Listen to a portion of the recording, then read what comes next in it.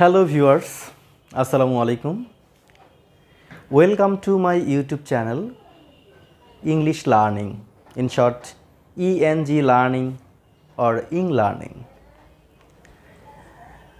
তো আজকের টিউটোরিয়ালে আমরা গুরুত্বপূর্ণ একটা বিষয় নিয়ে আলোচনা করব বরাবরের মতোই। আর আলোচনাটি মনোযোগ দিয়ে শুনতে হবে। আজকের ভিডিওটি মূলত তাদের জন্য যারা চাচ্ছেন বিসিএস প্রিলিমিনারি পরীক্ষায় অংশগ্রহণ করবেন, সেটা হচ্ছে 41তম প্রিলিমিনারি হতে পারে বা পরবর্তীতে 42-43তম, অর্থাৎ যারা বিসিএস প্রিলিমিনারি পরীক্ষাতে অংশগ্রহণ করার জন্য এখন প্রস্তুতি গ্রহণ করতে চাচ্ছেন, যারা একেবারে বিগিনার, তাদের জন্য আর কি আজকের ভিডিওটা আশা করি খুব ইফেক্টিভ হবে। অর্থাৎ আপনি যদি বিসিএস প্রিলিমিনারি পরীক্ষার জন্য প্রস্তুতি নিতে চান, তো এই প্রস্তুতি নেওয়ার জন্য আপনাকে আসলে কিভাবে কোন টপিকগুলো পড়তে হবে সেগুলো নিয়ে আলোচনা করার জন্য আজকের ক্লাসটি। তো আমি মূলত ইংরেজি বিষয়ে পড়াশোনা করেছি বা ইংরেজি বিষয়ে আমি পড়াই, যার কারণে আমি আসলে অন্য বিষয় নিয়ে খুব একটা ভালো বলতে পারবো না, বা পারলেও আমি বলতে চাচ্ছি না, সেগুলোর জন্য অন্য টিচাররা বলবেন। আমি মূলত ইংলিশ ল্যাঙ্গুয়েজ অ্যান্ড লিটারেচার নিয়ে আলোচনা করব যে এটার জন্য আমাদের কী কী পড়তে হবে। আগেই তো বললাম যে এই ভিডিওটি তাদের জন্যই মূলত যারা বিসিএস প্রিলিমিনারি পরীক্ষাতে অংশগ্রহণ করতে ইচ্ছুক, যারা বিগিনার প্রথম দিকের, তাদের জন্য আর কি। তো আসলে ইংলিশ ল্যাঙ্গুয়েজ অ্যান্ড লিটারেচারে মোট 35 মার্কস থাকে বরাদ্দ। প্রিলিমিনারি পরীক্ষায় মোট 200 নম্বরের মধ্যে 35 নম্বর থাকে ইংলিশ ল্যাঙ্গুয়েজ অ্যান্ড লিটারেচারের জন্য, যার মধ্যে ইংলিশ ল্যাঙ্গুয়েজে থাকে 20 মার্কস এবং লিটারেচারে থাকে 15 মার্কস, টোটাল 35 মার্কস। তো এই 35 মার্কসের জন্য আমরা আসলে কোন কোন টপিকগুলো পড়বো, সেটা ল্যাঙ্গুয়েজের কোন টপিকগুলো পড়বো, লিটারেচারের কোন অংশগুলো পড়বো, সেটা নিয়ে আজকে একটা আলোচনা, বলতে পারেন একটা সাজেশনস বা পরামর্শমূলক একটা আলোচনা। তো চলুন তাহলে দেখা যাক। আজকের ভিডিওটি অবশ্য 10 মিনিটে শেষ করা সম্ভব হবে না, একটু বেশি সময় লাগবে, যদিও বেশিরভাগ আমার ভিডিওগুলো 10 মিনিটসের, কিন্তু আজকে একটু বেশি সময় লাগবে। তো চলুন তাহলে আমরা দেখে নেই BCS preliminary syllabus. English language and literature. English ল্যাঙ্গুয়েজে 20 মার্কস এবং লিটারেচারে 15 মার্কস ইজ ইকুয়াল 35 মার্কস। এখন ইংলিশ ল্যাঙ্গুয়েজের জন্য আমরা আসলে কোন কোন অংশগুলো নিয়ে আলোচনা করব সেটাই দেখা যাচ্ছে যে ইংলিশ ল্যাঙ্গুয়েজের জন্য আমরা কোন টপিকগুলো আলোচনা করব। তো চলুন তাহলে দেখে নেই আমরা ইংলিশ ল্যাঙ্গুয়েজের জন্য যে টপিকগুলো আলোচনা করব। এখানে বোর্ডে অলরেডি উল্লেখ করা আছে, তারপর আমি এগুলোর নাম মেনশন করে আপনাদেরকে আমি আলোচনা করে বুঝিয়ে দিতে চাই কোনটার গুরুত্ব কেমন ইত্যাদি সমাচার। প্রথমে আসেন নাম্বার 1, পার্টস অফ স্পিচ। আপনারা জানেন যে পার্টস অফ স্পিচ হচ্ছে স্পিচের পার্টগুলো বা অংশগুলো, বা একটা সেন্টেন্সের অংশগুলো হচ্ছে পার্টস অফ স্পিচ। তাহলে সেই সুবাদে একটা বাক্যের প্রত্যেকটা ওয়ার্ডই কিন্তু একটা স্পিচের একটা কি পার্ট। তো পার্ট অফ স্পিচ হচ্ছে 8 প্রকার: noun, pronoun, verb, adjective, adverb, preposition, conjunction and interjection. তো সাধারণত বিগত বছরের প্রশ্নগুলো অ্যানালাইজ করে দেখা যায় যে পার্টস অফ স্পিচের কনজাংশন, ইন্টারজেকশন থেকে তেমন একটা খুব প্রশ্ন হয় না, যার কারণে আমরা পার্টস অফ স্পিচের গুরুত্বপূর্ণ অংশ বলতে noun, pronoun, adjective, adverb, verb and প্রিপোজিশনকে বুঝে থাকি। পিএসসি বলেছে পার্টস অফ স্পিচ থেকে প্রশ্ন করবে, আর আমরা গুরুত্বের হার বিবেচনায় পার্টস অফ স্পিচের কোন পার্টগুলোকে গুরুত্ব দিব সেটা এখন দেখতে যাচ্ছি। প্রথমে আসে noun. Noun, determiner, number, gender. Noun যখন আপনি আলোচনা করবেন তার সাথে ডিটারমিনার, নাম্বার, জেন্ডারও পড়তে হবে। এবং নাউন, ডিটারমিনার, নাম্বার, জেন্ডার যদি আমরা গুরুত্ব বলি যে পরীক্ষায় কেমন প্রশ্ন হয়, তাহলে এটাকে আমি 3 স্টার দিব আর কি। এত বেশি গুরুত্বপূর্ণ আর কি। এরপরে আসেন 2 নম্বরে আপনাকে আলোচনা করতে হবে প্রোনাউন, বিশেষ করে প্রোনাউনের রিলেটিভ প্রোনাউনের ব্যবহার। আর আপনারা অপেক্ষা করবেন, আমি এখানে যে টপিকগুলো আলোচনা করেছি বা উল্লেখ করেছি, ইনশাআল্লাহ প্রত্যেকটা টপিক নিয়ে আমি আমার ক্লাস বা ভিডিও লেকচার আমার চ্যানেলে আমি আপলোড করবো ইনশাআল্লাহ। একটু জাস্ট ওয়েট অ্যান্ড সি, আমি ধীরে ধীরে সবগুলো করব। আজকে শুধু আমরা ভূমিকাটা নিচ্ছি যে প্রোনাউন এবং রিলেটিভ প্রোনাউনের ব্যবহার, এটা খুব খুব গুরুত্বপূর্ণ, তাই এটাও 3 স্টার। এরপর আসেন অ্যাডজেক্টিভ, অ্যাডভার্ব। অ্যাডজেক্টিভ, অ্যাডভার্ব থেকে বেশিরভাগ যে প্রশ্নগুলো হয় সেটা হচ্ছে যেমন আইডেন্টিফিকেশন অফ অ্যাডজেক্টিভ এবং comparison of adjective and adverb. Adjective, অ্যাডভার্বের যে তুলনা, পজিটিভ, কম্পারেটিভ, সুপারলেটিভ, ডিগ্রি কেন্দ্রিক প্রশ্ন হয় বেশিরভাগ ক্ষেত্রে। আরটা হচ্ছে ল্যাটিন অ্যাডজেক্টিভ সংক্রান্ত প্রশ্ন হয়, যেমন প্রশ্ন করা হয় what is the Latin adjective of cow, কাউয়ের অ্যাডজেক্টিভ ফ্রম কি, ভ্যাকসিন। এরকম ল্যাটিন অ্যাডজেক্টিভের উপর প্রশ্ন হয়। তার মানে আমাকে যদি অ্যাডজেক্টিভ, অ্যাডভার্ব পড়তে হয়, তাহলে আমাকে comparison of adjective and adverb পড়তে হবে, ল্যাটিন অ্যাডজেক্টিভ পড়তে হবে এবং সাম কনফিউজিং অ্যাডজেক্টিভ, কিছু অ্যাডজেক্টিভ আছে যেগুলো আপনার কাছে বিভ্রান্তিকর মনে হবে, এগুলো পড়তে হবে। যেমন ইল মানে অসুস্থ, সিক মানে অসুস্থ। এখন what's the difference between ill and sick, এটার মধ্যে আপনাকে পার্থক্য আসলে জানতে হবে। আপনি কখন গ্রেট ব্যবহার করবেন, কখন ফ্যাট ব্যবহার করবেন, কখন বিগ, কখন স্মল, তো এগুলোর মধ্যে কনফিউজিং, এগুলোর মধ্যে আমাদের কনফিউশন সৃষ্টি হয়, এরা সবাই confusing, that is why we get confused. এবং এই কনফিউশন দূর করার জন্য আপনাদেরকে আমার কনফিউজিং অ্যাডজেক্টিভের উপর একটা টিউটোরিয়াল দেখতে হবে। সো অ্যাডজেক্টিভ মানে আপনাকে এগুলো পড়তে হবে। এটাও গুরুত্বর হার বিবেচনায় 3 স্টার, এগুলো সবই 3 স্টার, কারণ আমি এখানে বাছাই করে টপিকগুলো লিখেছি। এবার আসেন ভার্ব। ভার্ব তো অবশ্যই 3 স্টার গুরুত্বর হার বিবেচনায়। তো ভার্বের জন্য আপনি কী পড়বেন? ভার্বের বিভিন্ন ক্লাসিফিকেশন আছে, যেমন finite verb, non finite verb, transitive verb, intransitive verb. হ্যাঁ, এরপর নন ফাইনাইট ভার্ব থেকে গিয়ে আবার ইনফিনিটিভের ব্যবহার, জেরান্ডের ব্যবহার, পার্টিসিপলের ব্যবহার, কিংবা জেরান্ড পার্টিসিপল চেনার উপায় আপনাকে শিখতে হবে। তারপর ট্রানজিটিভ ভার্বের আবার অনেকগুলো ভাগ আছে। হ্যাঁ, ফ্যাক্টিটিভ ভার্ব সম্পর্কে জানতে হবে, কগনেট ভার্ব সম্পর্কে জানতে হবে, কজিটিভ ভার্ব সম্পর্কে জানতে হবে, লিঙ্কিং ভার্ব বা কপুলেটিভ ভার্ব সম্পর্কে জানতে হবে। সো ভার্বের বিস্তারিত ক্লাসিফিকেশন আপনাকে জানতে হবে। সেই সাথে বেশি বেশি গুরুত্বপূর্ণ ভার্বের হচ্ছে জেরান্ড, ইনফিনিটিভ অ্যান্ড পার্টিসিপলের ব্যবহার এবং জেরান্ড পার্টিসিপল চেনার উপায়। এটা বেশি পরীক্ষায় আসে আর কি। এই অংশটুকুকে বেশি গুরুত্ব দিয়ে ভার্বের অংশটুকু আলোচনা করতে হবে। সো ভার্ব অবশ্যই গুরুত্বপূর্ণ। এবার আসেন প্রেপোজিশন। প্রেপোজিশন তো অবশ্যই গুরুত্বপূর্ণ, তবে সাধারণত কম্পিটিটিভ এক্সাম বা প্রতিযোগিতামূলক পরীক্ষাগুলোতে প্রেপোজিশনের ক্ষেত্রে অ্যাপ্রোপ্রিয়েট প্রিপোজিশনের ব্যবহারটাই বেশি দেখা যায়। কিন্তু সিম্পল প্রিপোজিশনের চেয়ে অ্যাপ্রোপ্রিয়েট প্রিপোজিশনের ব্যবহারটা, মানে যে প্রিপোজিশনগুলো ফিক্সড ব্যবহার হয়, যেমন abide by, abound in, abound with, এই টাইপের অ্যাপ্রোপ্রিয়েট প্রিপোজিশনগুলো পরীক্ষায় বেশি আসে। কারণ প্রশ্ন হলো অ্যাপ্রোপ্রিয়েট প্রিপোজিশনের জন্য আমরা কোথায় থেকে পড়বো, পিএসসি বা কোথা থেকে প্রশ্ন করে, এটা একটা কিন্তু কমন কোয়েশ্চেন সবার থাকে। সো এই জন্য আমি আপনাদেরকে বলবো, বাজারে একটি বই পাওয়া যাবে ভালো মানের লাইব্রেরিগুলোতে, অ্যাপ্লাইড ইংলিশ গ্রামার। বইয়ের নাম হচ্ছে অ্যাপ্লাইড ইংলিশ গ্রামার, লেখকের নাম হচ্ছে পি.সি. দাস। হ্যাঁ, উনি ইন্ডিয়ান লেখক। পি.সি. দাসের লেখা অ্যাপ্লাইড ইংলিশ গ্রামার বইটা থেকে আপনারা অ্যাপ্রোপ্রিয়েট প্রিপোজিশন যেগুলো আছে সেগুলো যদি মুখস্থ করেন, মোটামুটি বেশিরভাগ পরীক্ষাগুলোতে পি.সি. দাসের বই থেকেই দেখা যায় যে কমন পাওয়া যায়। So PC. দাসের লেখা অ্যাপ্লাইড ইংলিশ গ্রামার বইয়ের অংশের অ্যাপ্রোপ্রিয়েট প্রিপোজিশন অংশটিতে গিয়ে আপনারা অ্যাপ্রোপ্রিয়েট প্রিপোজিশনগুলো পড়ে ফেলতে পারবেন। সেই সাথে আপনাদের জন্য আকর্ষণীয় বিষয় হচ্ছে এটাই, আমি রুবেল রানা আপনাদেরকে আমার এই ইউটিউব চ্যানেলেই আমি দেখিয়ে দিব অ্যাপ্রোপ্রিয়েট প্রিপোজিশন ঠাডা পড়া মুখস্থ করতে হয় না। অর্থাৎ আপনারা যেমন দেয়ালে মাথা ঠুকরে ঠুকরে মুখস্থ করেন, অ্যাবাইড বাই, অ্যাবাউন্ড ইন, এইভাবে মুখস্থ করতে হয় না। বরং আমি যে আমার আলোচনাটি করব, ভিডিও ক্লাসটি নিব অ্যাপ্রোপ্রিয়েট প্রিপোজিশনের উপর, আমার বিশ্বাস আপনি ওই ক্লাসটুকু করলে আপনার ওই অ্যাপ্রোপ্রিয়েট প্রিপোজিশনগুলো মুখস্থ করতে হবে না, আমার ক্লাসের মধ্যে আপনার অনেকটা মুখস্থ হয়ে যাবে এবং মনে থাকবে। একটা কৌশল তো অবশ্যই আছে। আপনার কাছে মনে হতে পারে যে উনি ওনার চ্যানেলকে সাবস্ক্রাইব করার জন্য হয়তো বা এগুলো আকর্ষণীয় কথা বলতেছে। যারা আসলে এই ব্যক্তি রুবেল রানাকে চেনেন, যারা আমার স্টুডেন্ট, তারা আমার সম্পর্কে খুব ভালো জানেন যে আমি যখন অফলাইনে ক্লাস নেই, আমি ক্লাসে কিন্তু সেই ফালতু কথাগুলো বলি না। আমার ক্লাসের 2 ঘন্টার সারাংশ হচ্ছে মূল বিষয় নিয়ে কথা হয়। তো যারা আমার অফলাইনে ক্লাস করে পরিচিত, তারা আমার সম্পর্কে খুব ভালো জানেন। আমি যেগুলো গুরুত্বপূর্ণ বিষয়, যেগুলো আলোচনা করার মতো, যেগুলো স্টুডেন্টদের জন্য প্রয়োজনীয়, সেগুলো সবই আলোচনা করি এবং ইনশাল্লাহ কোনোটাই স্কিপ করি না। সো সেই অফলাইনের ধারাবাহিকতায় অনলাইনে ইনশাল্লাহ আমি তাই করব। সো যারা এমন মনে করেন যে উনি সাবস্ক্রাইবার বাড়ানোর জন্য হয়তো বা আকর্ষণীয় কথা বলছেন, তাদেরকে আমি বলবো তারা আমার চ্যানেল থেকে দূরে থাকুন, তাদের আমার দরকার নেই। যারা আমার কথায় আস্থা রাখতে পারবে, যারা আমার ডিরেকশনকে ফলো করতে পারবে, যারা আমার রুটে চলতে পারবে, শুধু তাদের জন্য আমার ইউটিউব চ্যানেল। সত্যি বলতে এই ইউটিউব চ্যানেল আমি আসলে কোনো বিজনেস করার জন্য বা এখানে অনলাইনে ইনকাম করার জন্য করি নাই। এটা আমার শখের বশ থেকে করা, যেসব স্টুডেন্টরা আমার ক্লাস করার সুযোগ পায় না তারা জন্য করে। তো তাহলে অ্যাপ্রোপ্রিয়েট প্রিপোজিশন খুবই গুরুত্বপূর্ণ। কোন বই থেকে? পি.সি. দাসের লেখা অ্যাপ্লাইড ইংলিশ গ্রামার এখন থেকে পড়তে পারেন, অথবা আমার ক্লাসের জন্য অপেক্ষা করবেন, সেই ক্লাসে আমি শিখিয়ে দেবো মুখস্থ না করেই অ্যাপ্রোপ্রিয়েট প্রিপোজিশন পড়া যায়। আর সিম্পল প্রিপোজিশনের ব্যবহারে বিশেষ করে কিছু প্রিপোজিশন যেগুলো আমাদের জন্য কমন, হ্যাঁ, যেমন use of at, in, into, across, through, on to, over, above, up, down, below, under, with, within, without, of, এই টাইপের যেগুলো বেশি ব্যবহার হয়, এই প্রিপোজিশনগুলোর ব্যবহার জানতে হবে। ইনশাল্লাহ আমি এগুলো নিয়েও আলোচনা করব। তাহলে প্রিপোজিশনটা খুবই গুরুত্বপূর্ণ। এবার আসেন আপনি clause and phrase. Clause and ফ্রেজের ক্ষেত্রে বেশিরভাগ ক্ষেত্রে identification of clause and phrase সংক্রান্ত প্রশ্ন হয়। অর্থাৎ একটা বাক্যে একটা ক্লজ দিয়ে আপনাকে জানতে চাবে এটা কোন ক্লজ, একটা ফ্রেজ জানতে চাবে এটা কোন ফ্রেজ, নাউন ফ্রেজ না অ্যাডজেক্টিভ ফ্রেজ না ভার্ব ফ্রেজ না অ্যাডভার্ব ফ্রেজ, নাউন ক্লজ না অ্যাডজেক্টিভ ক্লজ না অ্যাডভার্বিয়াল ক্লজ, এই টাইপের প্রশ্ন। সো আমি ক্লজ ফ্রেজ নিয়ে ইনশাআল্লাহ আলোচনা করবো। এটা খুবই গুরুত্বপূর্ণ। প্রত্যেক বিসিএস প্রিলিমিনারি পরীক্ষায় ক্লজ ফ্রেজ থেকে 1-2টা প্রশ্ন থাকেই। সো এটা বেশি বেশি গুরুত্বপূর্ণ। এবার আসেন টেন্স অ্যান্ড কন্ডিশনাল। পরীক্ষায় টেন্স কন্ডিশনাল থেকে প্রতি পরীক্ষায় প্রশ্ন হয়েই থাকে। সো কন্ডিশনাল খুবই গুরুত্বপূর্ণ। Zero conditional, first conditional, second conditional and third কন্ডিশনালের ব্যবহার জানতে হবে। সেই সাথে 12টা টেন্সের যে স্ট্রাকচারগুলো আছে সেগুলো জানতে হবে এবং ব্যবহারের নিয়ম জানতে হবে। টেন্স কন্ডিশনাল নিয়ে ইনশাআল্লাহ আলোচনা হবে। সো এটা যদি গুরুত্ব হার বলি তাহলে এটাও 3 স্টার। আমি আগেই বলেছি এগুলো সবগুলোই 3 স্টার, শুধু আপনাদেরকে আমি সরাসরি এখন লিখে দেখাচ্ছি। এরপর আসেন 4 নম্বর subject verb agreement.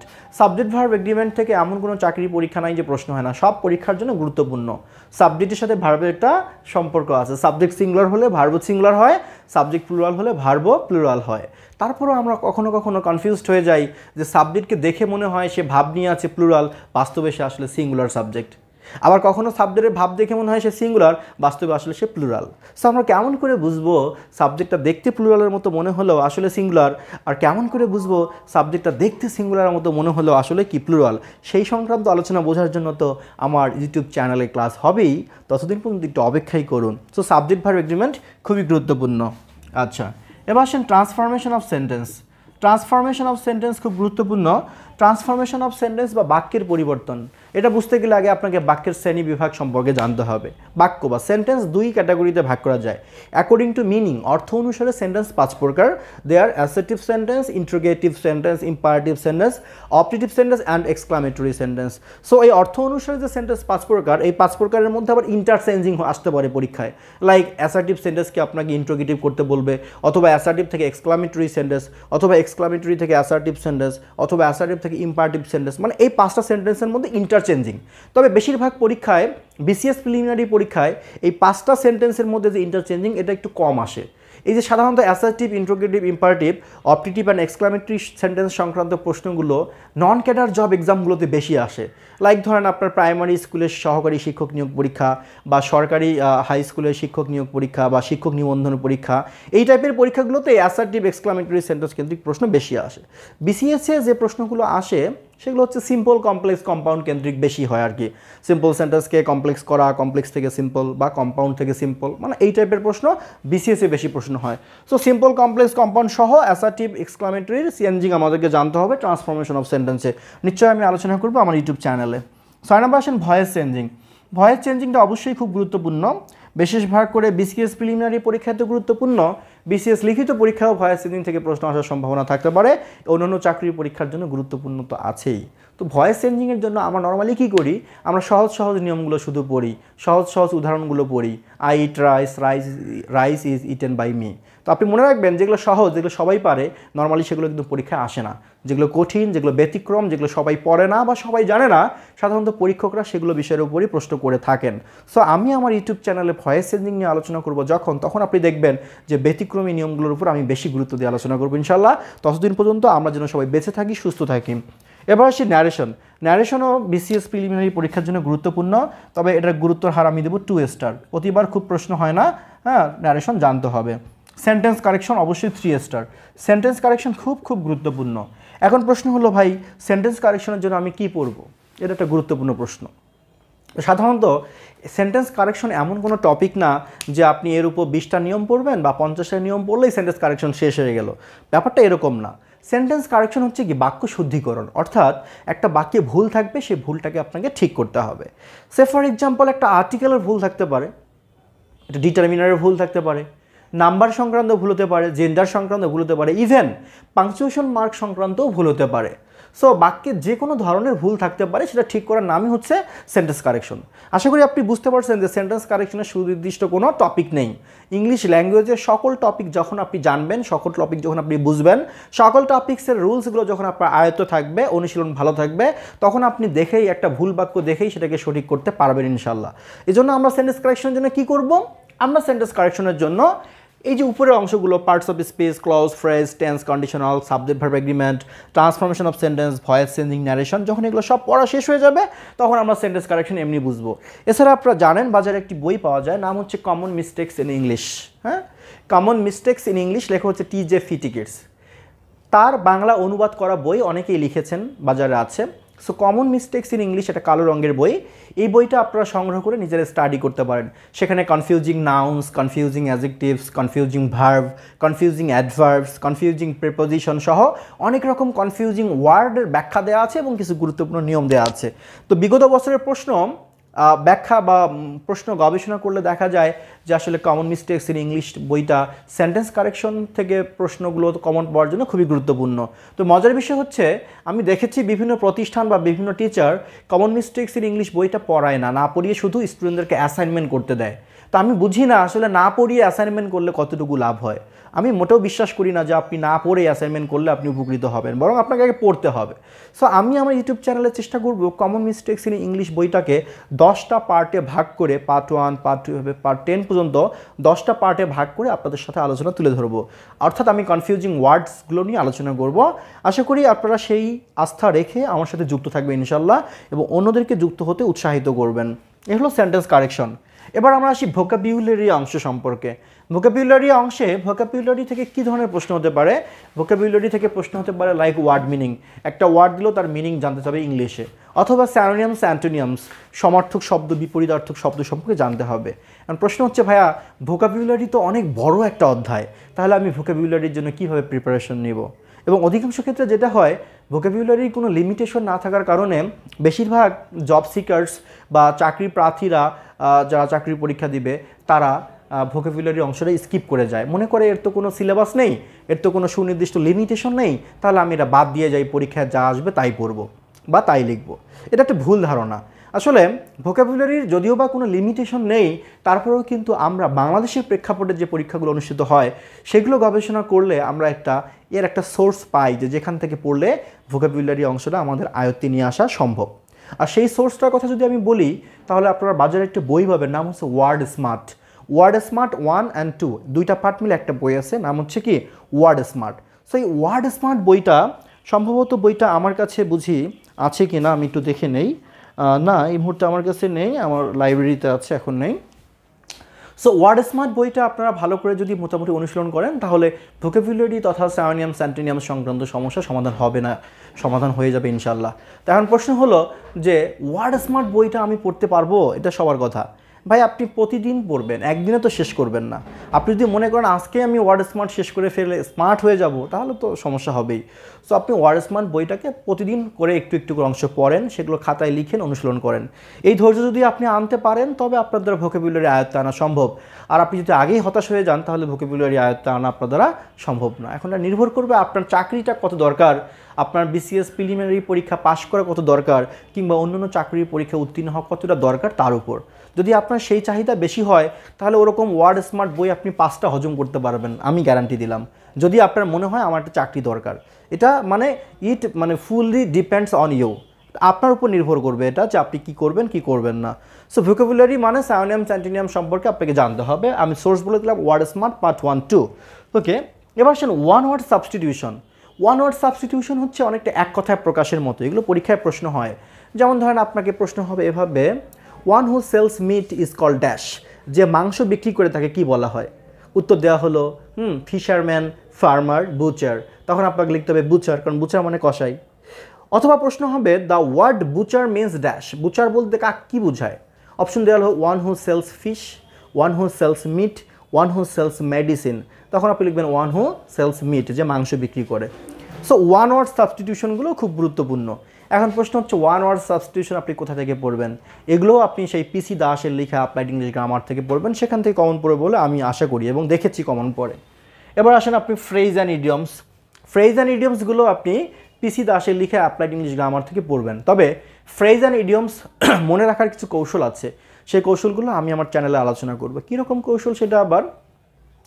Say for example আমরা বলি যে এবিসি মানে প্রাথমিক জ্ঞান। এখন এবিসি মানে প্রাথমিক জ্ঞান কেন হলো সেটা আমরা মনে রাখতে পারি এভাবে যে ছোটোবেলায় আমরা যখন এবিসি পড়েছিলাম তখন কিন্তু আমাদের জ্ঞান অনেক অসাধারণ ছিল না, খুব সাধারণ জ্ঞান ছিল, প্রাথমিক ছিল। তাহলে এবিসি মানে তো প্রাথমিক জ্ঞান বা সাধারণ জ্ঞান হবে, এটা স্বাভাবিক, তাই না? এরপরে আমরা বলি কি অ্যাট 6s and 7s মানে কি এলোমেলোভাবে। এটার মানে কেন এলোমেলোভাবে হলো? কারণ 6 মানে কি 7, 6 মানে হচ্ছে 6, 7 মানে কি 7। আমরা সবসময় বলি না কথায় কথায়, এই তুমি কিন্তু এই কাজে 6-9 করবা না, তুমি এই কাজে 6-7 করবা না। 6-9 করা বা 6-7 করা মানে কি, যে উল্টাপাল্টা করা। So at 6s and 7s মানে তো এলোমেলোভাবেই হবে, তাই না? এরপরে আমরা বলি কি ব্ল্যাক শিপ মানে কি, কুলাঙ্গার। সরি, ব্ল্যাক শিপ মানে কুলাঙ্গার, এটা মনে রাখবেন কীভাবে? তো ব্ল্যাক মানে কালো, শিপ মানে তো ভেড়া। নর্মালি কিন্তু ভেড়ার রং কালো হয় না, অধিকাংশ ক্ষেত্রে ভেড়ার রং হয় সাদা টাইপের, হ্যাঁ, বা অফ হোয়াইট টাইপের। তো আপনি মনে রাখবেন যে একটা সাদা ভেড়ার পালে যদি একটা কালো রঙের ভেড়া ঢুকে পড়ে, তাহলে কিন্তু ওই সাদা ভেড়াগুলো ওই কালো ভেড়াটাকে সহজভাবে গ্রহণ করবে না, তার কাছে সে কুলাঙ্গারই মনে হবে। সো আমরা এখান থেকে মনে রাখতে পারি ব্ল্যাক শিপ মানে কুলাঙ্গার। এরকম আরও অনেক মজার মজার কৌশল নিয়ে আমি আমার ইউটিউব চ্যানেলে আলোচনা করব, ফ্রেজ অ্যান্ড ইডিয়মস মুখস্থ না করেই কীভাবে আয়ত্ত করা যায়। ততদিন পর্যন্ত সঙ্গেই থাকুন এবং সাবস্ক্রাইব করে রাখুন যেন আপনি সেই নোটিফিকেশনগুলো অগ্রিম পেয়ে যান। আচ্ছা, এবার আসেন কারেক্ট স্পেলিং। সাধারণত এগুলো ব্যাংকের পরীক্ষায় খুব বেশি হয় এবং বিসিএস প্রিলিমিনারি পরীক্ষায় তো আসেই, অন্যান্য চাকরির পরীক্ষার কথা তো বলাই লাগে না, সেটাও তো আসেই। সো কারেক্ট স্পেলিং কী থাকে, 4টি বানান দেওয়া থাকে, ওয়ার্ড দেওয়া থাকে, 4টা ওয়ার্ডের মধ্যে একটা ওয়ার্ড এর স্পেলিংটা কারেক্ট থাকে, বাকি 3টা ওয়ার্ডের স্পেলিং থাকে রং। আপনাকে খুঁজে বের করতে হবে যে কোনটা সঠিক বানান, সেটাই হবে সঠিক উত্তর। এজন্য কি করতে হয়, এজন্য ওই যে ভোকাবুলারি অংশটা ভালো করে পড়লেই কার্ড স্পেলিং ইনশাল্লাহ সমস্যা হয় না, সমাধান হয়ে যাবে ইনশাল্লাহ। আচ্ছা, এবার আসেন এখানে আপনাকে আরও পড়তে হবে গ্রুপ ভার্ব সম্পর্কে বা ফ্রেজাল ভার্ব জানতে হবে, এটাও ওই পিসি দাসের অ্যাপ্লাইড ইংলিশ গ্রামার থেকে আপনি পড়বেন। আরেকটা টপিক আপনাকে পড়তে হবে name of parts of letter, paragraph and এসে। এটা পিএসসির সিলেবাসের একটা অংশ, অর্থাৎ চিঠিপত্রের বিভিন্ন অংশ, হ্যাঁ, কোনটা পার্সোনাল লেটার বা কোনটা ফর্মাল লেটার, কোনটা ইনফর্মাল লেটার, ঠিক আছে, প্যারাগ্রাফের অংশ কয়টা, চিঠির অংশ কয়টা, এই সংক্রান্ত কিছু প্রশ্ন আমি আপনাদেরকে যদি মোটামুটি 30টা প্রশ্ন বা 30টা ইনফরমেশন দেই, আশা করি এগুলো থেকে পরীক্ষায় প্রশ্ন কমন পাওয়া যাবে। তো সেগুলো আমি নিশ্চয়ই আলোচনা করব যদি আপনারা ধৈর্য নিয়ে আমার চ্যানেলে যুক্ত থাকেন। সো ভিউয়ার্স, আমরা এতক্ষণ থেকে বুঝলাম যে বিসিএস প্রিলিমিনারি পরীক্ষায় ইংলিশ ল্যাঙ্গুয়েজ অ্যান্ড লিটারেচারের যে 35 মার্কস থাকে, তার মধ্যে ইংলিশ ল্যাঙ্গুয়েজ অংশের 20 মার্কসের আমরা একটা কৌশল শিখলাম। এই 20 মার্কসের পরে আমরা এখন লিটারেচার অংশে মানে 15 মার্কসে চলে যাব। চলুন তাহলে আমরা ল্যাঙ্গুয়েজের পরে এখন লিটারেচারে 15 মার্কস অংশে চলে যাই। তাহলে ল্যাঙ্গুয়েজ অংশের যে আমাদের 20 মার্কস আমরা এটা বুঝে গেলাম। এখন আমরা লিটারেচারের অংশে, ইংলিশ লিটারেচার অংশে যে 15 মার্কস থাকে, তার জন্য আসলে কোন টপিকগুলো আমাদেরকে পড়তে হবে, কোন লেখকগুলো গুরুত্বপূর্ণ ইত্যাদি সমাচার। হ্যাঁ, ইংলিশ লিটারেচারের কথা যদি আমরা বলি, এই যে ওল্ড ইংলিশ পিরিয়ড থেকে পোস্ট মডার্ন পিরিয়ড পর্যন্ত আপনি যদি সত্যি সত্যি লিটারেচার জানার জন্য বা মোটামুটি স্টাডি করার জন্য পড়তে চান, তাহলে আপনার কিন্তু ঠিক 5 বছর সময় লাগবে কমপক্ষে। কেন বললাম? কারণ যারা ইংলিশ লিটারেচারের স্টুডেন্ট তারা জানে, হ্যাঁ, এই যে আমরা যারা ইংলিশ লিটারেচার পড়েছি তারা 5 বছর, মানে অনার্সে 4 বছর, মাস্টার্স 1 বছর, 5 বছর কিন্তু এই ওল্ড ইংলিশ পিরিয়ড থেকে পোস্ট মডার্ন পিরিয়ডই আলোচনা করা হয়। এগুলো কেন্দ্রিকই কিন্তু আমাদের কোর্সগুলো। সো আমি এজন্যই বললাম, যদি আপনি ইংলিশ লিটারেচারে অনেক কিছু জানতে চান, তাহলে আপনাকে 5 বছর স্টাডি করতে হবে। যেহেতু আপনারা পরীক্ষার্থী হিসেবে 5 বছর স্টাডি করার আপনাদের এখন সময় নেই, সুযোগ নেই, ইচ্ছা থাকা সত্ত্বেও, তাই আপনাকে জানতে হবে আসলে কোন অংশটুকু গুরুত্বপূর্ণ। আমাদের বিসিএস প্রিলিমিনারি পরীক্ষার জন্য পিএসসি তাদের সিলেবাসে বলে দিয়েছেন যে এলিজাবেথান পিরিয়ড থেকে শুরু করে পোস্ট মডার্ন পিরিয়ড পর্যন্ত পড়ার জন্য। আসলে আমরা তাই করি, তারপর মাঝে মাঝে ওল্ড মিডল থেকে কিছু প্রশ্ন এসে যায়। চলুন তাহলে কথা না বাড়িয়ে জেনে নেই কোন কোন বিষয়গুলো আমরা পড়ব। প্রথমে আসেন পিরিয়ডস অফ ইংলিশ লিটারেচার, ইংরেজি সাহিত্যের যে যুগ বিভাজনটা সেটা আপনাকে জানতে হবে ভালো করে। এখান থেকে প্রতিবারই 1-2টা প্রশ্ন হয়, অর্থাৎ প্রশ্ন করা হলো ওল্ড ইংলিশ পিরিয়ডের সময়কাল কত, তখন আপনি লিখবেন 450 থেকে 1066 পর্যন্ত। এভাবে আর কি বিভিন্ন রকম প্রশ্ন হয়ে থাকে। আপনাকে প্রশ্ন করা হলো যে রোমান্টিক পিরিয়ডের সময়কাল কত, যেমন 1798 থেকে 1832 পর্যন্ত। এরকম করে আপনাকে বিভিন্ন পিরিয়ডের সময়কাল জানতে চাবে। অথবা প্রশ্ন করা হলো which is the latest period in English literature, ইংরেজি সাহিত্যের সবশেষের দিকের পিরিয়ড কোনটা। অপশন দেওয়া হলো, ধরেন দেওয়া হলো মডার্ন পিরিয়ড, অপশন দেওয়া হলো অ্যাডওয়ার্ডিয়ান পিরিয়ড, অপশন দেওয়া হলো জর্জিয়ান পিরিয়ড। তো এই লেটেস্টের কথা বলতে গেলে কিন্তু জর্জিয়ান পিরিয়ড আসে। সো সিকোয়েন্স জানতে হবে কোন পিরিয়ডের অধীনে কোন পিরিয়ডের পরে কোন পিরিয়ডের অধীনে আবার কয়টা শর্ট এজ আছে, এটা আপনাকে জানতে হবে।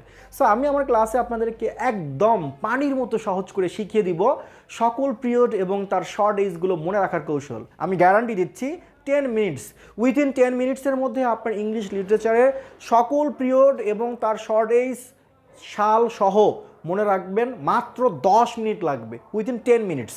আমার এই চ্যালেঞ্জ আমি ছুড়ে দিলাম, এটাকে আপনি গ্রহণ করতে চাইলে আমার সাথে লেগেই থাকুন। আমার ইংলিশ লিটারেচার ভিডিওতে আমি আপনাদেরকে জানিয়ে দেবো এবং ওপেন গ্যারান্টি উইথিন 10 মিনিটসের মধ্যে পিরিয়ডস মনে রাখা সম্ভব।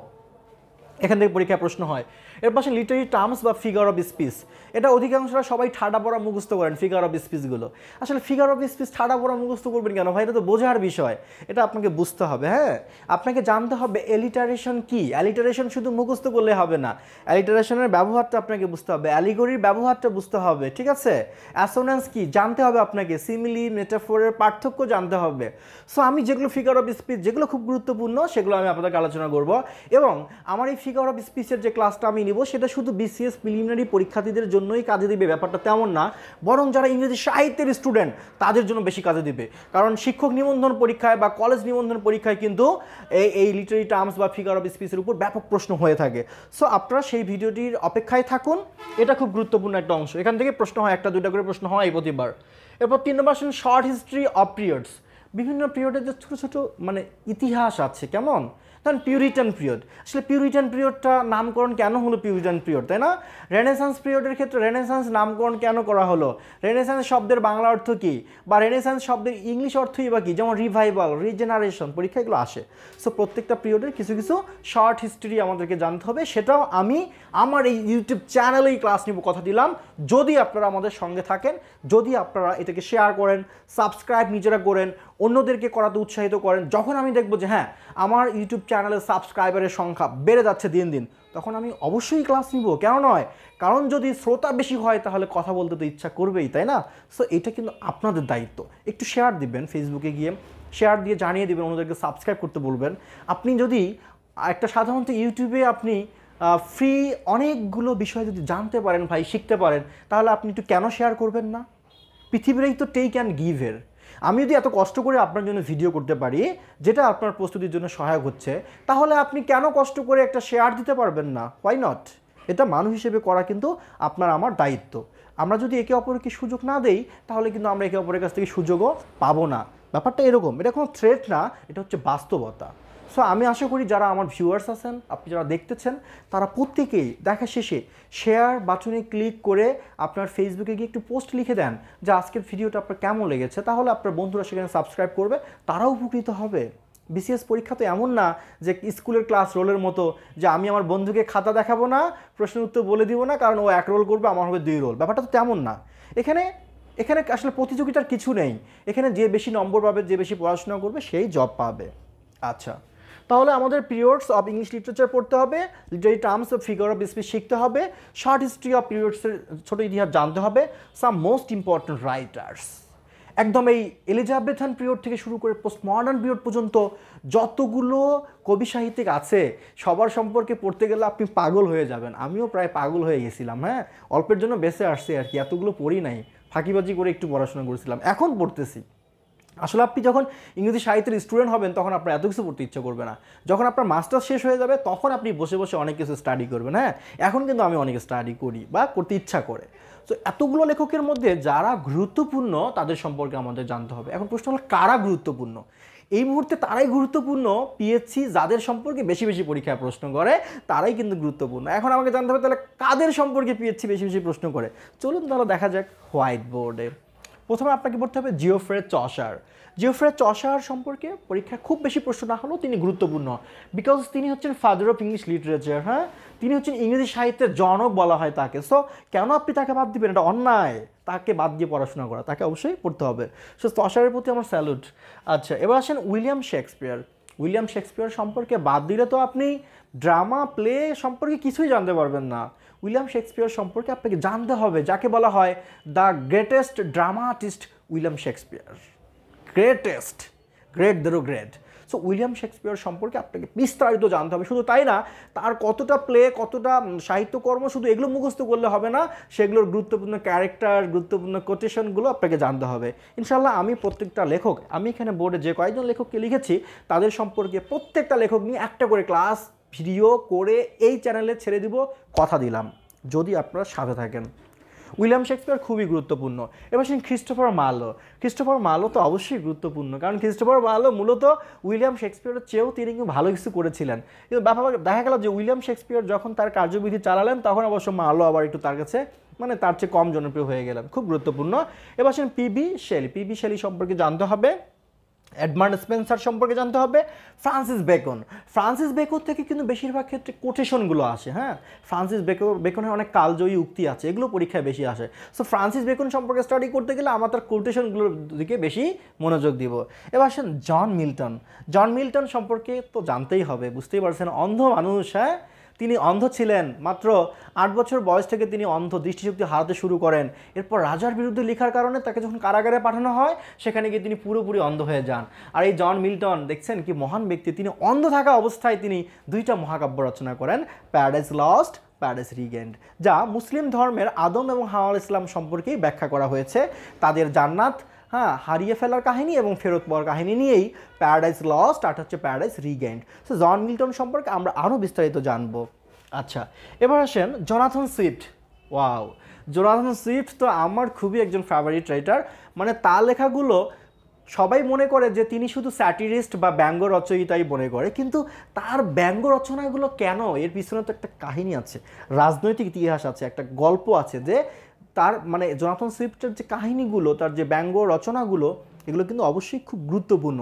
এগুলোর পিছনে একটা ব্যাকগ্রাউন্ড আছে। কেমন, জোনাথন সুইফট সম্পর্কে আমাদেরকে জানতে হবে। আচ্ছা, এরপর আসেন উইলিয়াম ওয়ার্ডসওয়ার্থ সম্পর্কে অবশ্যই জানতে হবে। উইলিয়াম ব্লেক, হ্যাঁ, যিনি একই সাথে পোয়েট অ্যান্ড পেইন্টার। প্রায় পরীক্ষায় প্রশ্ন হয় who is both a poet and painter, কে একই সাথে একজন কবি এবং হচ্ছে চিত্রকর, তখন কিন্তু উইলিয়াম ব্লেকের নাম আসবে। এই প্রশ্নটা প্রায় পরীক্ষায় আসে। আচ্ছা, উইলিয়াম ব্লেক সম্পর্কে জানবো আমরা। এসটি কোলেরিজ বা স্যামুয়েল টেলর কোলেরিজ, তার সম্পর্কে আমাকে জানতে হবে। ড্যানিয়েল ডিফো, সংক্ষেপে ডিফো জানতে হবে, ডিফো সম্পর্কে। জেন অস্টেন সম্পর্কে জানতে হবে। জন কিটস, যাকে বলে পোয়েট অফ বিউটি, সৌন্দর্যের কবি। হ্যাঁ, জন কিটস উনি সব কিছুর মধ্যেই সৌন্দর্য খুঁজে পান। উনি একটা মাটির হাড়ির মধ্যেও সৌন্দর্য খুঁজে পেয়েছেন। তো জন কিটস সম্পর্কে আমাকে জানতে হবে। এরপর আসেন জর্জ বার্নার্ড শ বা সংক্ষেপে জিবি শ সম্পর্কে জানবো। টি.এস. এলিয়ট সম্পর্কে জানবো। আর্নেস্ট হেমিংওয়ে, খুব গুরুত্বপূর্ণ। Alfred Tennyson, that means Lord Alfred ট্যানিসনের কথা আমি বলেছি, খুবই গুরুত্বপূর্ণ। আলেকজান্ডার পোপ, ওয়াও, আলেকজান্ডার পোপের ফেয়ারি কুইন, অন্যরকম একটা বিষয়। আলেকজান্ডার পোপ সম্পর্কে আমরা জানবো বিস্তারিত। এবার রবার্ট ফ্রস্ট সম্পর্কে জানবো। সো ভিউয়ার্স, আমি এখানে যে 20 জন রাইটার সম্পর্কে লিখে দিয়েছি, আমি একবারের জন্য বলতেছি না যে পিএইচসি এই 20 জন রাইটারের বাইরে কোনো প্রশ্ন করবে না, বরং আমি বলেছি পিএইচসি সাধারণত যে টাইপের প্রশ্নগুলো করেন, তাতে দেখা যায় এই 20 জন রাইটার খুব গুরুত্বপূর্ণ তাদের কাছে, তাদের প্রশ্ন করার জন্য। সো আমরা এই 20 জন রাইটার সম্পর্কে আগে ভাগে ভালো করে পড়ে ফেলবো। তারপর যদি আমাদের হাতে অনেক সময় থাকে, সেক্ষেত্রে আমরা ডিসিশন নিব এই 20 জন রাইটারের বাইরে আরও কাদের সম্পর্কে পড়া যায়। সো ভিউয়ার্স, আপনাদের কাজ হলো, যদি আপনি ইংলিশ লিটারেচারের প্রিপারেশন নিতে চান, তাহলে আপনাকে এই 20 মোস্ট ইম্পর্টেন্ট রাইটার্স সম্পর্কে জানতে হবে, short history of every period সম্পর্কে জানতে হবে, লিটারি টার্মস বা ফিগার অফ স্পিচ সম্পর্কে জানতে হবে, এবং ইংরেজি সাহিত্যের যুগ বিভাজন সম্পর্কে জানতে হবে। সেই সাথে দশম বিসিএস থেকে শুরু করে সর্বশেষ বিসিএস পর্যন্ত যতগুলো প্রশ্ন আছে, সবগুলো প্রশ্ন আমরা বিস্তারিত জানবো, কারণ বিগত বছরের প্রশ্ন থেকেও পরীক্ষায় প্রশ্ন করা হয়। সো ভিউয়ার্স, আজকের ভিডিও লেকচারটি অনেক বড় ছিল, কেননা আজকের সিলেবাস সম্পর্কে আমি একটা ফুল আইডিয়া দিতে পেরেছি। আমার বিশ্বাস, যদি আপনাদের এই আইডিয়া ভালো লাগে, যদি আজকের ক্লাসটা ভালো লাগে, তাহলে আপনারা উপকৃত যদি হন, তাহলে অবশ্যই প্রত্যেকেই তার টাইমলাইনে শেয়ার করে একটু জানিয়ে দিবেন আজকের ক্লাসটি সম্পর্কে, আজকের ক্লাসের লিঙ্ক সম্পর্কে, বা আমার চ্যানেলটি সম্পর্কে আপনারা একটু ফেসবুকে পোস্ট দিয়ে জানিয়ে দিবেন বলে আমি সেই প্রত্যাশা রাখি। আজকে এখানেই, পরবর্তী ক্লাসে আপনাদেরকে অগ্রিম স্বাগতম রইল। ইনশাল্লাহ ভালো থাকবেন, সুস্থ থাকবেন। আল্লাহ হাফেজ, আসসালামু আলাইকুম।